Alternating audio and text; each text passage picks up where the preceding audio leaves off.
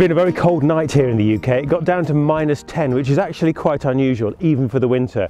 There's been a deep frost, and I took the opportunity to go out and about in late medieval kit, including the ubiquitous hood. I've learnt a few things by doing that. Let me explain.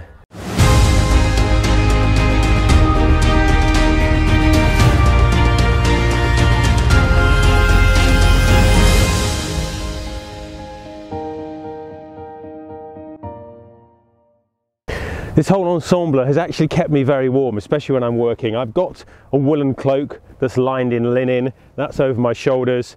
I have other layers of wool as well, carrying my sword, and this hood.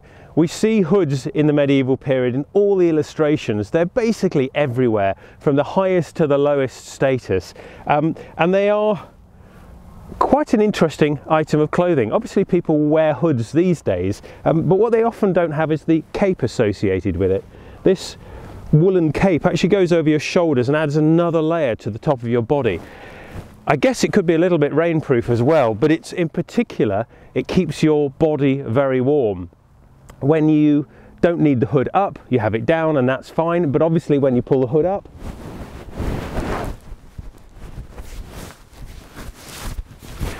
it creates really quite a sort of warm enclosed area, so when it's windy you don't really get wind on your face too much. The problem with this when you're riding or when you're working is you don't have much peripheral vision, so this would be ideal if you were trudging through the ice and snow to get somewhere. Just put your head down and keep going. But when you're actually working, I found you have to do something else, which is you have to kind of roll the hood back a little bit on your face. And we see this in illustrations of the time as well, and what that does is it actually makes the hood sit quite close to your face and actually keeps you very warm. Obviously your face is out a little bit so the wind can blow across it, so you get a cold nose and stuff, but you've got much more peripheral vision, but the thing sits quite snugly against you, which is quite a warm and comfortable feeling. And I do wonder whether the act of rolling your hood back like this was the beginnings of the origin of another kind of medieval hat. It's a bit cold out here to explain, so let's go inside and I'll show you something that I find quite intriguing.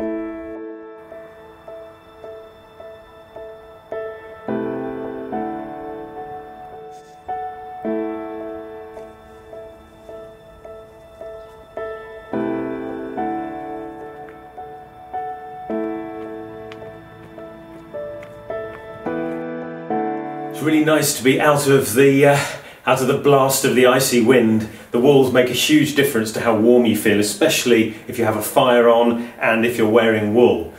And I was going to talk about another kind of hat. In fact, it's arguably the same kind of hat, but let me explain how it might have evolved.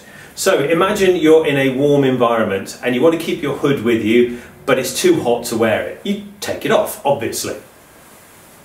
So you take your hood off, and then what do you do with it? Well, you could throw it over your shoulder, you could tuck it into a belt, but what about this? What about if you want to be a little crazy and you want to wear it the wrong way round? A lot of people, it appears in the time, continued that sort of rolling theme, rolling the face, as it were, of the hood up. And then if you put the face of the hood on your head, bear with me,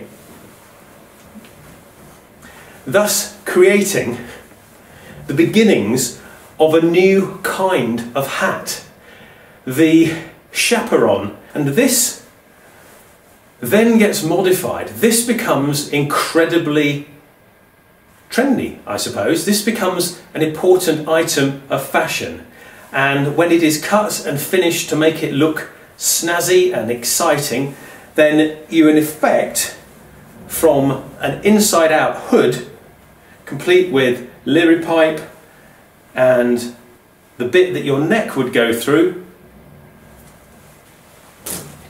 turns into this. This is in effect exactly the same piece of clothing, just slightly modified and worn differently. Let me show you.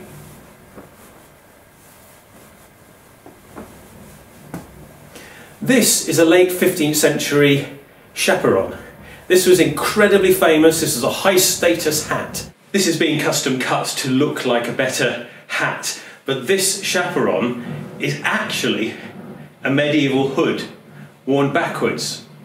So if you think about people wearing baseball caps on backwards and you think that's some kind of crazy modern invention, well, remember 15th century medieval people got there first. They created a fashion hat which was in effect a hood turned inside out and worn the wrong way round.